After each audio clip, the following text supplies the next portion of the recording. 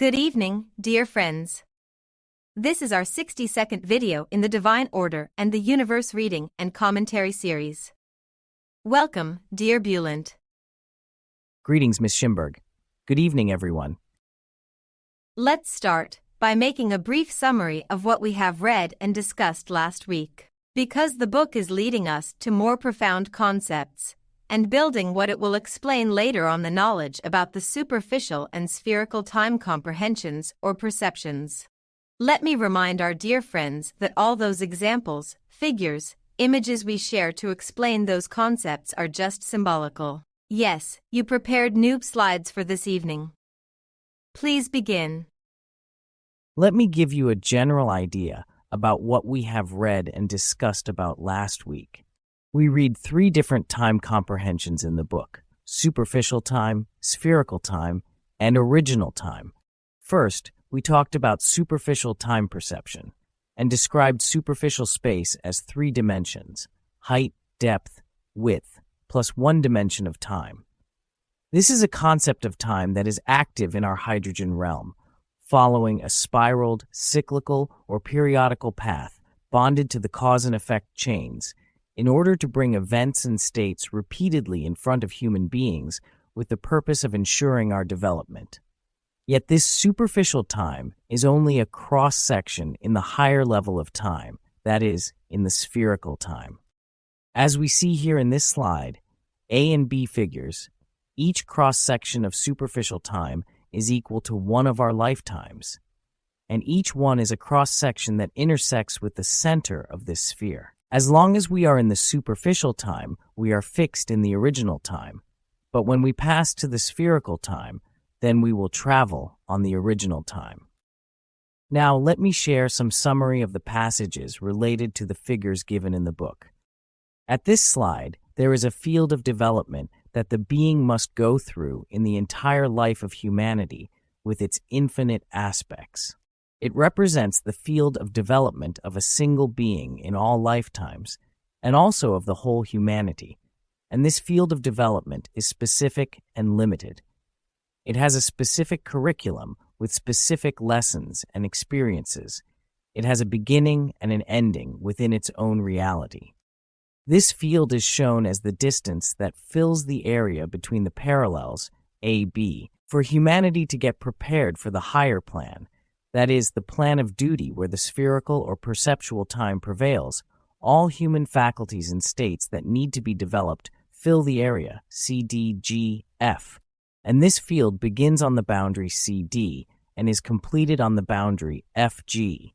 This field represents the entire stage of the worldly life of humans, from the first life they are born in the world, and after 500 to 700 lifetimes later, to their last life that they complete in the world. The line Z here is the original time. The point E is a moment on this time. In this slide, we see how the development progress on the superficial time. This triangle represents the first bodily life of a person. The base of the triangle will cover this area between parallels AB by approaching the point E, that is, the zenith, first starting from the line CD. This will be done periodically by adding on other triangles, always with their tips at the point E. Each of these triangles represents a bodily life. After each life ends with death, the being evaluates the impressions and experiences of that life in the spatium period and transforms this accumulated information to the essence knowledge. Yet some lessons are left unfinished, so these need to be repeated in the next life, alongside the new lessons of the life plan of the next lifetime. This goes one by adding on each other, and eventually the line CD will approach the line GF by progressing on the parallel AB period by period in each incarnation, and finally the line CD will adapt to the line GF. And this evening, we will read what happens after the completion of the human stage. Thank you, dear Bülent. As you said, we will study more figures together with our dear friends, and we will try to widen our understanding related to the spherical and original time comprehensions. Yes, let's start reading. Now, we will explain the progress of evolution in perceptual time using another diagram.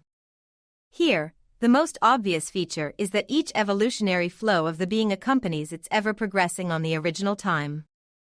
It has, now out of its own cosmos, entered into an objective and active evolutionary state within the organization systems by acquiring the merit of obeying the necessities of the flow of the original time. Previously, we had said that time develops in the spherical time by expanding in all directions. Differences in expansion which occur, starting from the beginning of perceptual time's development, make advances on the original time as well, as they follow a fast and unlimited progress of development. That is, the lines of development here do not continue on in parallel but extend and widen by continuously distancing from each other. In order to explain it with a diagram, let us take 4 concentric spheres in various sizes, figure 9.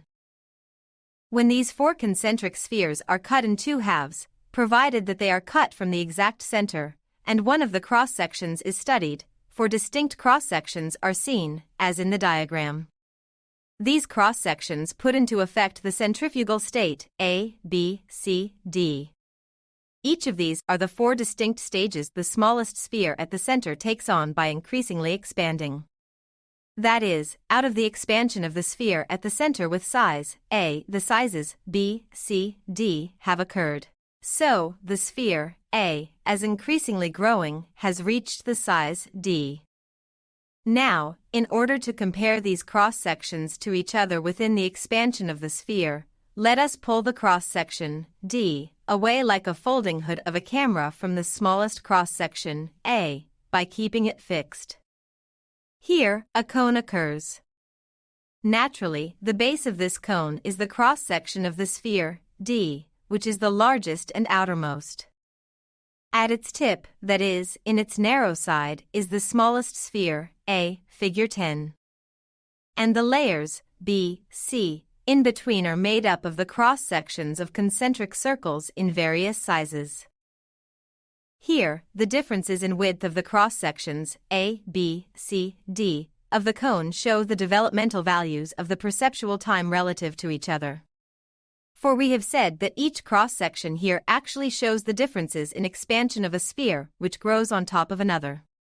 So, the difference of a cross-section relative to the previous cross-section shows the width of the sphere's development particular to that moment. In this way, the diagram below expresses the developmental width of each cross-section which belongs to its own capacity, figure 11. The difference in width here also indicates the advancement made on the original time during the development. For example, the parallel E, F, and E1, F1 shows the developmental degree particular to the sphere A.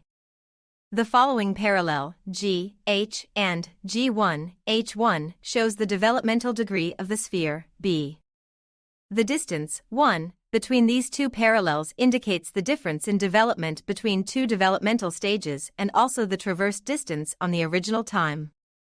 Similarly, it is easy to see in the diagram the expansion of the fields of development I, J, and I1, J1 with K, L, and K1, L1 belonging to the increasingly expanding spheres C and D, and the occurrence of their differences 2 and 3 pertaining to the development and flow of time between them. The term of developmental difference here means, previously we had talked about the comprehensions start to adapt to the necessities starting from the beginning of the plan of duty, and so, by the adaptation of comprehensions to the necessities of the original principle pertaining to all spirit and universe relations, a unity is reached and finally, the unitary is attained. And because of this, the evolutionary stage which begins from the plan of duty has been called as the field of active adaptations. So, now we show this truth as well in the schematic explanation of spherical time. For this difference, which is seen in between the 2 developmental stages of the spheres and which is called the progress on original time, is only the expansion of this field of adaptation. However, this sphere development certainly has an ending, which is the ending of the universe. After all, the increase of these developments is accompanied by the expansion of the field of true adaptation in universe. And the expansion of the field of adaptation means the realization of the unity of comprehension, which we call the unitary. We remind you that in the continuation of the superficial time realities there is not such a development, that is, the progress on the original time, which means advancing towards the unitary.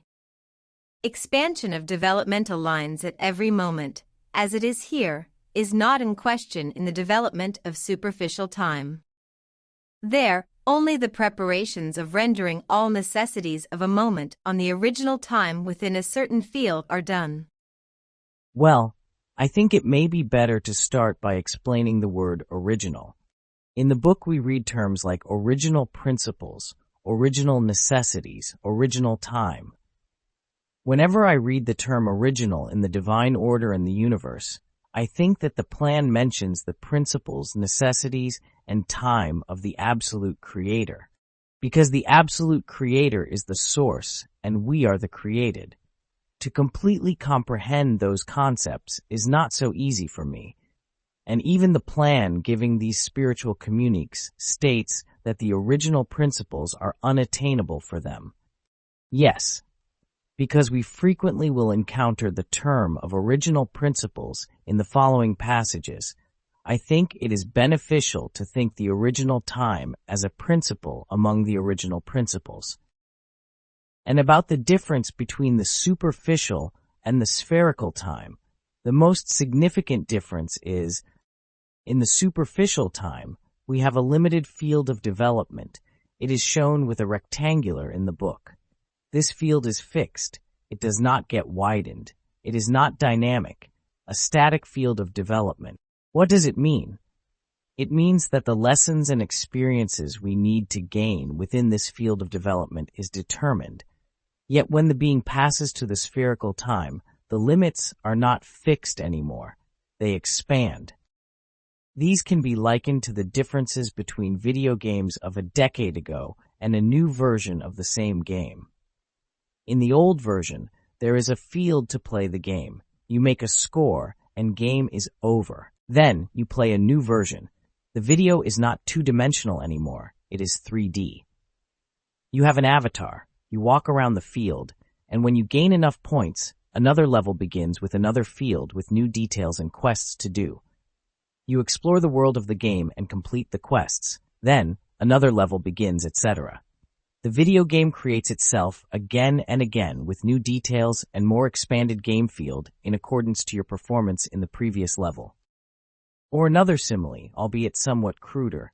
Superficial time is likened to a set menu lunch in a restaurant. Only a few choices of food, charged at a fixed total price. Nothing less, nothing more.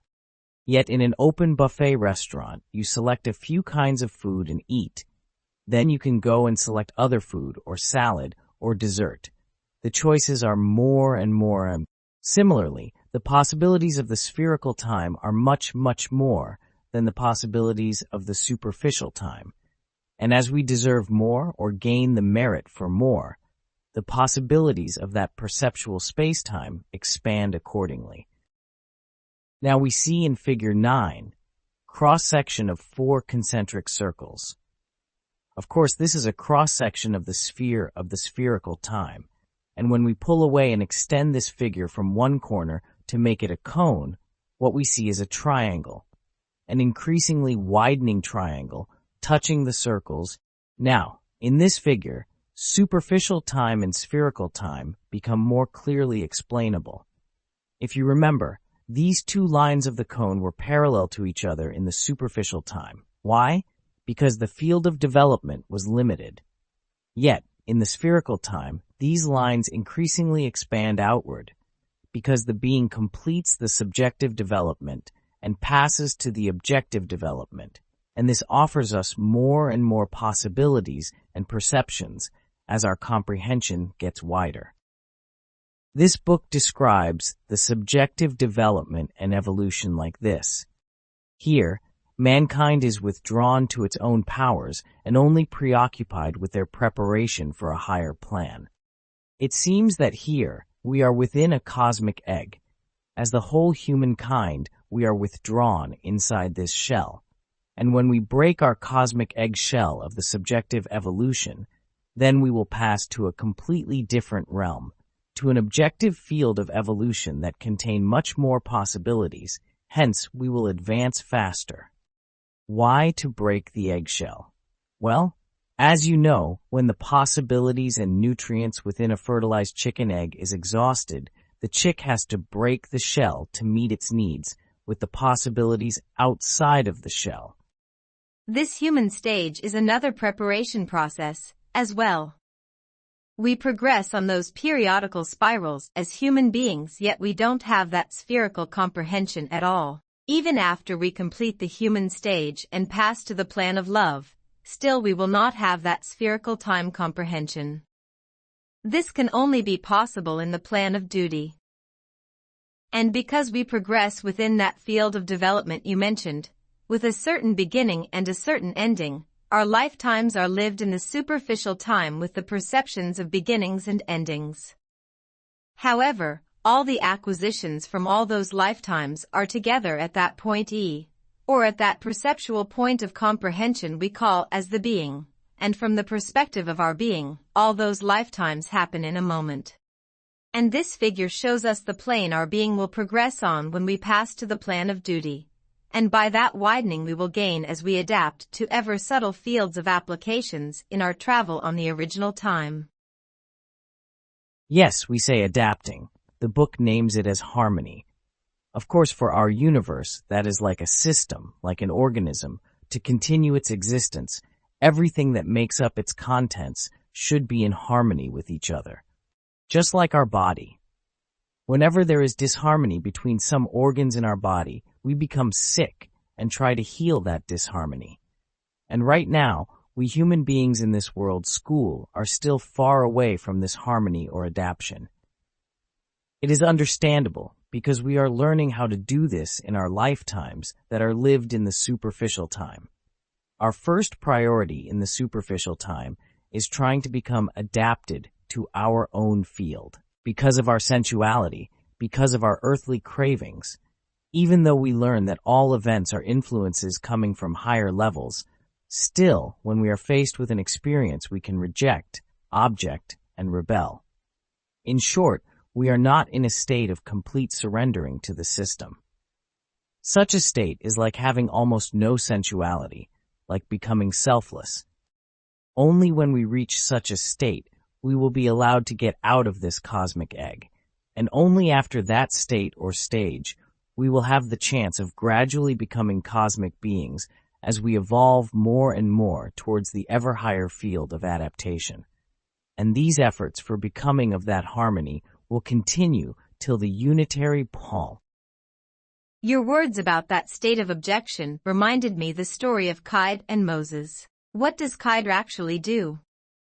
He makes an action, yet because he is from higher levels of plan of duty and because he can observe all those processes in the spherical time, he knows the causes and effects related to that action, so he can give a direction to the destiny by his intervention. Yet, Moses objects to those actions because he is from the superficial time, and consequently, he does not have the capacity of making connections between beginnings and endings, and because of this, Moses does not surrender to Kide and objects to his actions. This story is a nice example that explains how we, from our superficial angle, see the state of a being in duty that has the capacity and agency over all those processes and connections.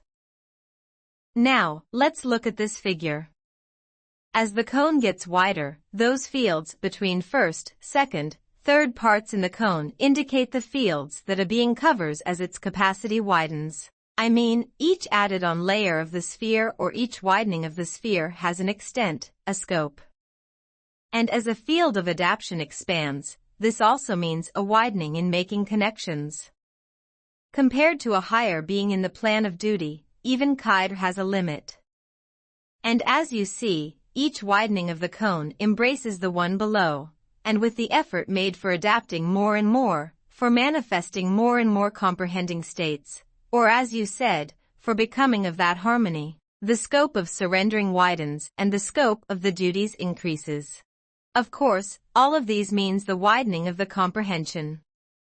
And only then, this is a progress toward the true evolutionary values.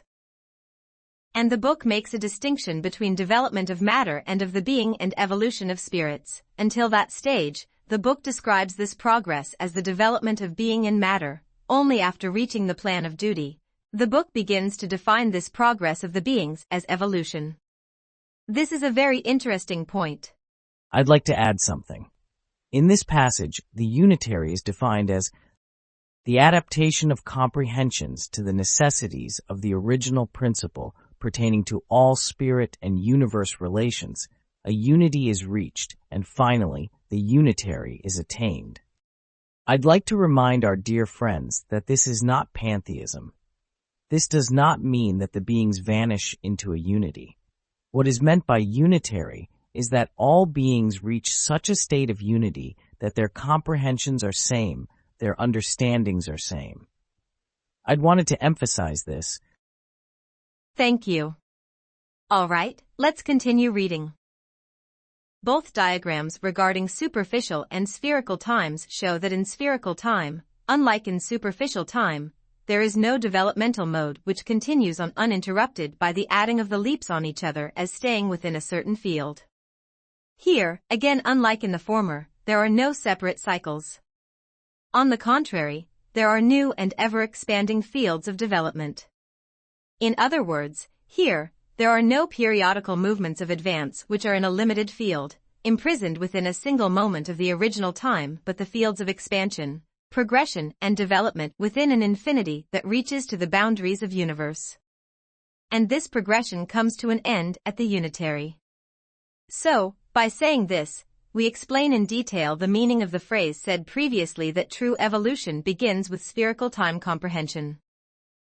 In this passage, we read that there is uninterrupted development in the spherical time.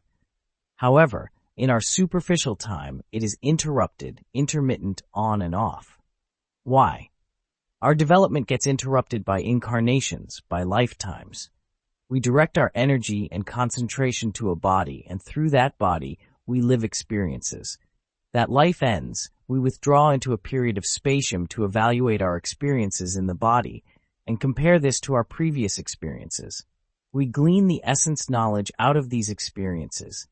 Then we make a new life plan, new body, new experiences, again death, again spatium. In short, incarnations belong to the superficial time. When we reach the plan of duty, that need for interrupted development ceases, and it becomes an uninterrupted expansion. And we will be preparing for that stage of uninterrupted development in the plan of love. Because there is not the mechanism of death in that plan, and because we will exist in a semi-subtle realm, we will be experiencing the preparations for a kind of uninterrupted state as we get more ready for the initial steps of the plan of duty. Still, this interrupted developmental phases and stages of human beings, that start with births and pause with deaths, point us the necessity of that gradual developmental process until a being becomes ready for the initial duties that will be assigned or assumed at the plan of duty. Even in a lifetime of a human being, it may take 25 or more years until the personality becomes established. And each age, or each phase of growth has their own beginning and endings in a human's life. Also, interrupted development occurs when we die in the womb in a lifetime, or we die as a young child, or lifetimes we live 90 years, but in regard to comprehension, they are not productive. In some lifetimes we get stuck in an emotion, or maybe we waste some lifetimes.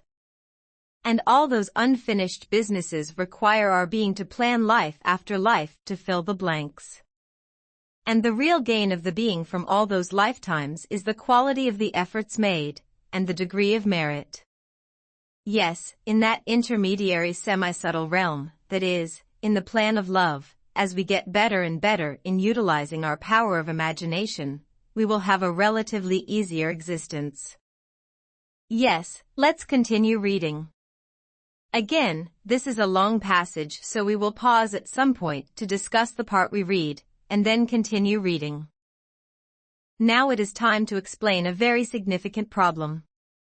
This problem is the quality of the space which puts into effect the time forms by ensuring the adaptations and connections of the states of the original time, which advances in universe in accordance with the original necessities pertaining to cosmoses to the matter milieus in those cosmoses. On the one hand there are motions which put into effect the time forms, and on the other, there is the matter milieu which needs to be bound with those motions for the occurrence of the time comprehension.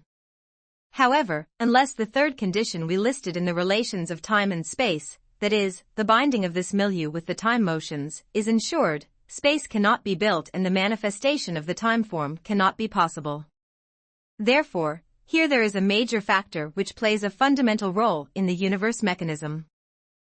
So, in order to constitute space and to establish the time form particular to a universe, the factor which binds the existing matter milieu with the motions belonging to the time form is the sublime principle of destiny, and its necessities which manifest in the universe as the mechanism of destiny permeate the universe as filtered from the unitary, together with the original necessities and the original time.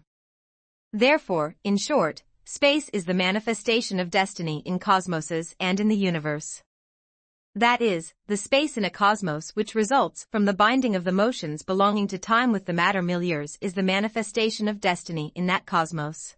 Therefore, destiny is the flow of the principle of destiny in universe which puts into effect the time and space forms particular to that cosmos by binding and establishing time in cosmoses with matter milieus and works under the directives of the original necessities, and obeys it. Destiny manifests in cosmoses in accordance with the possibilities of those cosmoses.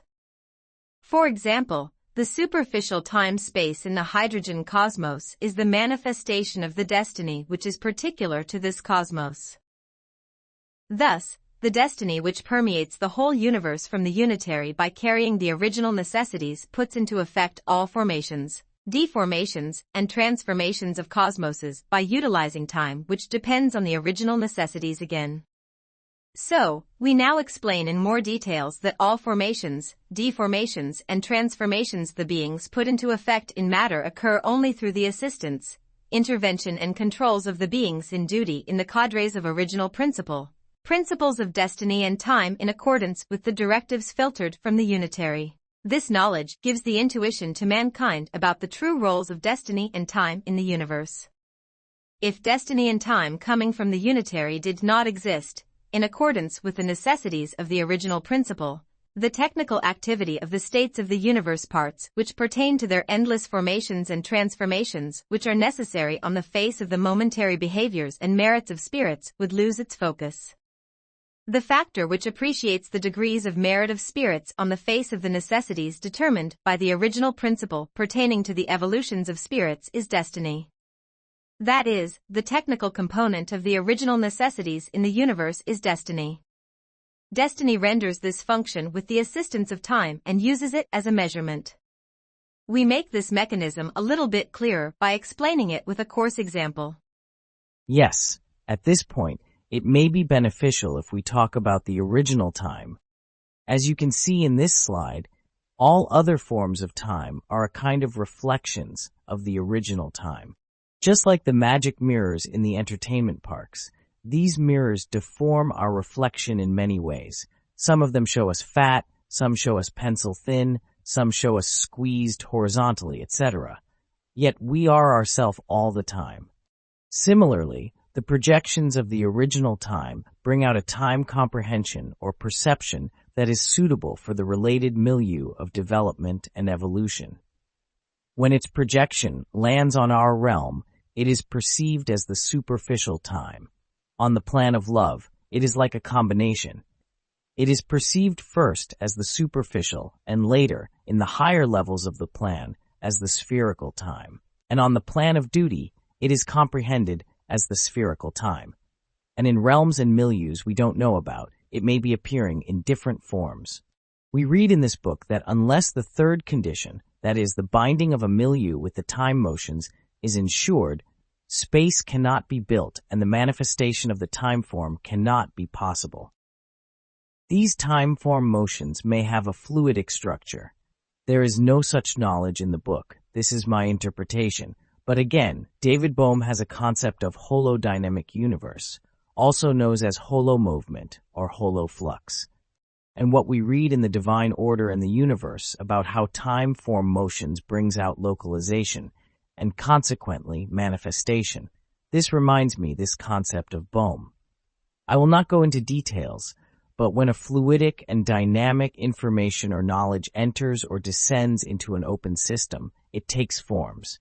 Spaces occur. These time-form motions are dynamic, always in flow, and have an informatic structure. And we read in the divine order in the universe that every cosmos or realm has its own matter substance. And a third factor, that binding a matter milieu in a cosmos, of course for us, this is hydrogen cosmos, with the time-form motions, ensures the occurrence of space and the manifestation of time-form motions. Again, for us, this is superficial time. And in this passage, we read that this binding factor is the mechanism of destiny. In this slide, we can see that this mechanism is due to the sublime principle of destiny, that is a subject to the original principle. Hence, it is super-universe, beyond our universe. And there is also the intra-universe side in this slide. A bundle of influence from the supra-universe enters the universe through the unitary and permeate the whole universe and become the necessities. And the source of these influences is the spirit, and these necessities become transformed into the mechanism of destiny. And as we read in this passage, destiny is the flow of the principle of destiny in universe, which puts into effect the time and space forms particular to that cosmos by binding and establishing time and cosmoses with matter milieus, and works under the directives of the original necessities and obeys it. So, every cosmos or realm has its own mechanism of destiny, and behind this mechanism there are the original necessities, and behind the original necessities there are the needs of the spirits. Soon we will read about this. In the next slide, we see that it's almost the same figure, yet where we see the word binding, now we see the mechanism of destiny. So time-form motions and a non-localized milieu are bonded by the mechanism of destiny, and space occurs and time forms manifest. In this passage, we read that the superficial time in the hydrogen realm is the manifestation of destiny, particularly this cosmos. And later we read about the beings in duty, more correctly, cadres of beings in duty. In this slide, you can see these cadres listed as cadres of the original necessity, cadres of mechanism of destiny, cadres of original time. These cadres are closely related to the topics we read and discuss this evening. At this point, let me remind our dear friends that when we read or hear the word principle, for example, the original principle, principle of destiny, principle of time, etc., the source of these principles is always the super-universe. And when their influences enter our universe, they are transformed into mechanisms. Please go on. Now we see three main zones in this figure. One is the zone we name as intra-universe, and from what we read in the book so far, we can make a general chart of this zone. At the top, there is the unitary, the unity of comprehensions that permeate and encompass the whole universe. All influences filter through the unitary, and by the cadres of the beings in duty, these influences become disseminated throughout the cosmoses. And as we previously discussed, by the interaction of the time-form motions and matter milieu, spaces occur and the time forms manifest, and cosmoses emerge, realms appear. And there are many cosmoses in the universe, like the hydrogen cosmos, semi-subtle realms, sub-hydrogen realms, realms or levels of the Plan of Duty. I think the book mentions the names of cosmoses we need to know.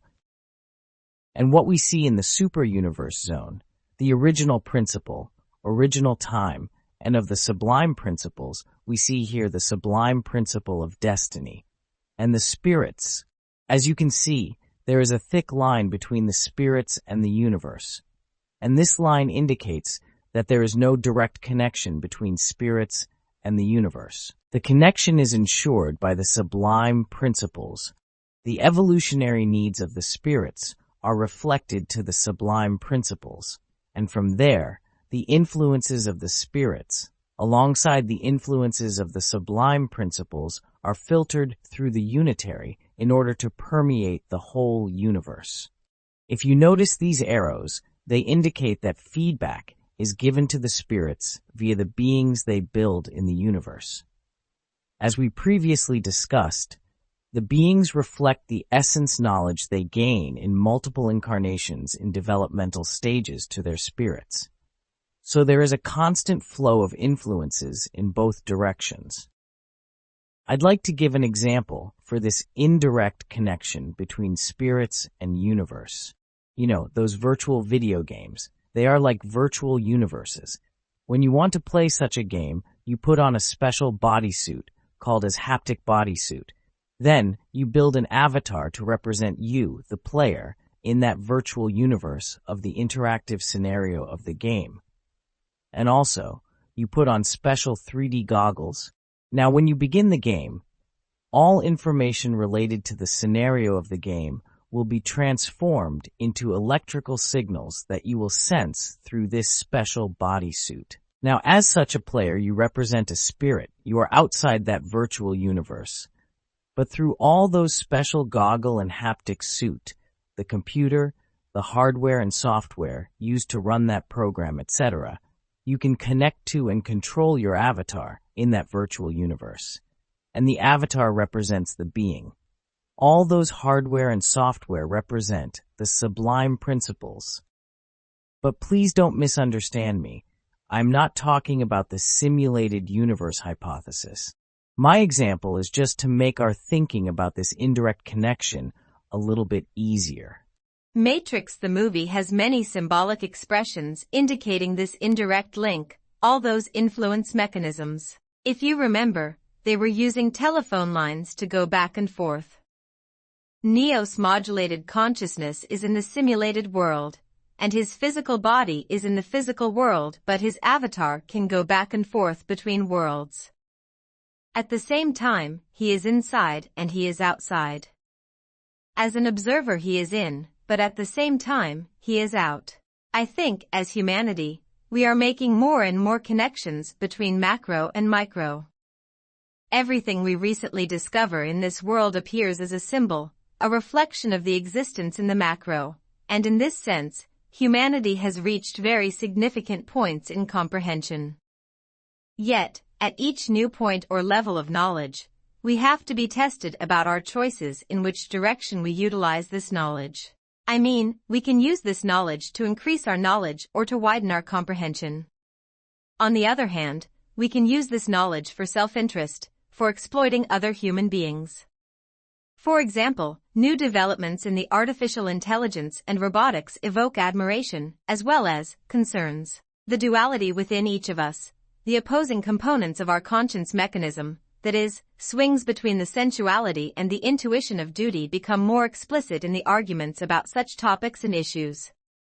As the humanity updates and upgrades the modelings used to explain its existence, we increasingly get closer to the model of universe. Still, we continue seeing the examples of the selfish and sensual usage of those magnificent discoveries. Yes, each model in the universe is a tool or a vehicle for tests and trials. Each model we create is again a vehicle for tests and trials. These new discoveries will test us. Will we use these on the direction of conscience or on the direction of sensuality? That's the question. Yes, let's continue reading the rest of this passage. A school has certain classes and a high seat of proxy which appreciates the ordering of lessons in accordance with classes and placement of students in certain classes in accordance with certain merits. Now, if a student starts from the first class and automatically misses out all other classes without becoming subject to any control whatsoever and goes out of the school gate, he is not deemed as having graduated. Therefore, this student should be examined, tried and going through strict supervisions termed as test and trials once a year or even a few times a year by the officers authorized through the proxy. In short, what is necessary to be given to him as considered particular to that moment from that school, and if he acquired merit to what is necessary to be given to him should be examined. If the child, as the result of this test and trial, has learned the rightful lessons of the class he is in and has earned the right of them, then he has succeeded in the examination and acquired the merit to pass to higher classes, to finish the school. Otherwise, he is left in the class which is most suitable to his degree of merit and knowledge and to be subjected to education and teachings accordingly. That is, there is no rule in this school that students will remain in this or that class for such and such a period of time, and when this time is over, they will automatically miss out the classes and finish the school. Life is similar to this. The original principle, which we call the highest and most authorized seat, has regulated the schedule of the world school. Even a slight digression from this is not allowed. However, again in accordance with this schedule, students, that is, mankind, should work and make effort to move up to the classes there, and in proportion with these efforts of theirs, they should acquire merit for the grades and classes which need to be reserved for them and should prove it as well. As mankind do this, they move up to the classes they are merited for. On the other hand, the ones who cannot acquire the merit of the state they are in because of laziness or inaptitude are subject to treatments according to their degrees of merit. And this entails two conditions. One of these is the freedom of efforts necessary for mankind to prove their merit, and the other is the existence of a factor which appreciates this merit, and which measures its degree of accordance with the original necessities, and which regulates and prepares the most worthy and suitable matter states and circumstances for mankind regarding those necessities. So, this technical factor which ensures the proper application of the original necessities and evaluates, by appreciating the degrees and measures of reconciliation between the beings and the original necessities, is the mechanism of destiny in the universe. Thus, manifestations of the principle of destiny, which depends on the original principle that exists in the super-universe. That work in the universe as the mechanism of destiny puts into effect the manifestations of destiny in cosmoses in accordance with the possibilities of those cosmoses, and its manifestation in cosmoses are the infinite states and circumstance of space. Therefore, the mechanism of destiny which appreciates beings' degrees and measures of merit regarding the original necessities and which regulates beings' material possibilities in the flow of the universe according to this merit, is the manifestation of the sublime principle of destiny in universe. To define the manifestational ways of destiny in other cosmoses, which manifest in our cosmos within certain space forms, with the comprehension and views of this cosmos is certainly not possible. However, we only state that these manifestations, as they arise from the plans of duty towards the unitary, certainly change their function which is valid in our cosmos in accordance with their scope. When reached at the unitary, it expresses a state of unity which is unified with all necessities, comprehensions, possibilities, and states. We may not discuss the whole of this passage, but next week we can revisit this passage. For this evening, let me elaborate on this concept of merit, because this is one of the most important points here. Even in our daily life, let's say in the business life, when a person is promoted to a higher position, it is important if that person has merit for that position. This means if the person deserves that position, or has the know-how, experience, talents, capacity, and agency to perform the obligations of that position or not. If the person has the merit, then his or her performance will be excellent. Yet if the person promoted has not enough merit, most probably there will be many problems in the way business goes. If the merit is so important even in our worldly life, imagine the strict requirements related to become deserving beings in the spiritual system. Even the smallest shortcoming leads a being to go back as much as necessary to repeat the lessons, to have the experiences until the being learns. There is no time limit for this. The sole purpose is to gain that merit. Only after that, it becomes possible for a being to pass to the higher levels of development, to the realms of true evolution. And of course, such shortcomings become suffering for the being. Imagine that you have completed the 95% of the curriculum, but because of the lacking 5%, you have to repeat the lessons and courses of that grade. We had read in the passages related to death that even the moment of the death for a being is not certain, it is not fixed, This may change in accordance with the merit and the efforts the being makes. And here in this passage, it is emphasized that the momentary behaviors and merits of spirits, or, in other words, the evolutionary needs of the spirits, change all the time, and the system is flexible to accommodate this. Appearances. The mechanism of destiny may take forms in regard to the needs and the merit those needs bring out. Consequently, formations, deformations, transformations occur in the universe all the time. Therefore, this is not a rigid system. On the contrary, the mechanism of destiny binds the time-form motions with the matter milieus, and pliable, malleable material spaces and fields occur that can be shaped and formed to respond the evolutionary needs of the spirits through the efforts of the beings. Yes, thank you for your attendance, dear friends. Hoping to see you next week. Good evening, everyone.